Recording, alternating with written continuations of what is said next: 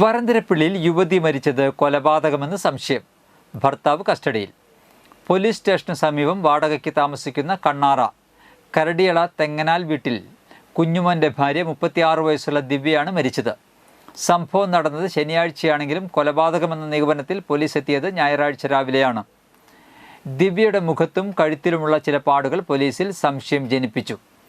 ദിവ്യയുടെ ബന്ധുക്കൾ ആദ്യം പരാതി ഉന്നയിച്ചില്ലെങ്കിലും പോലീസിൻ്റെ നിഗമനങ്ങളിൽ വീട്ടുകാർക്കും സംശയമുണ്ടാവുകയായിരുന്നു. ഇതോടെ ദിവ്യയുടെ ഭർത്താവ് കുഞ്ഞുമോനെ പോലീസ് കസ്റ്റഡിയിൽ എടുക്കുകയായിരുന്നു.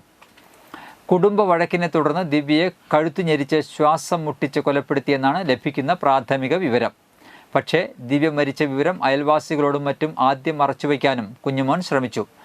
പനിയും അലർജിയും ശ്വാസം മുട്ടലും അനുഭവപ്പെട്ടതിനെ തുടർന്ന് ദിവ്യ മരണപ്പെട്ടുവെന്നാണ് ആദ്യഘട്ടത്തിൽ കുഞ്ഞുമോനും ഇതനുസരിച്ച് ബന്ധുക്കളും പറഞ്ഞിരുന്നത്.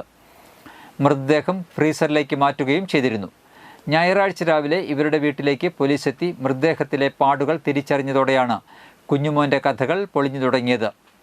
പോലീസ് ചോദ്യം ചെയ്യലിൽ കുഞ്ഞുമോൻ കഥകൾ മാറ്റി പറഞ്ഞ് കബളിപ്പിക്കാൻ ശ്രമിച്ചെങ്കിലും അവസാനം പിടിച്ചു നിൽക്കാൻ കഴിയാതെ കുറ്റസമ്മതം നടത്തുകയായിരുന്നു. ഫോറൻസിക് വിരൽ അടയാള വിദഗ്ധർ സ്ഥലത്തെത്തി പരിശോധന നടത്തി. പോസ്റ്റ്മോർട്ടം നടപടികളുടെ ഭാഗമായി മൃതദേഹം മെഡിക്കൽ കോളേജിലേക്ക് കൊണ്ടുപോയി. കുഞ്ഞുമോനും ദിവ്യയ്ക്കും 11 വയസ്സുള്ള ഒരു മകനുണ്ട്.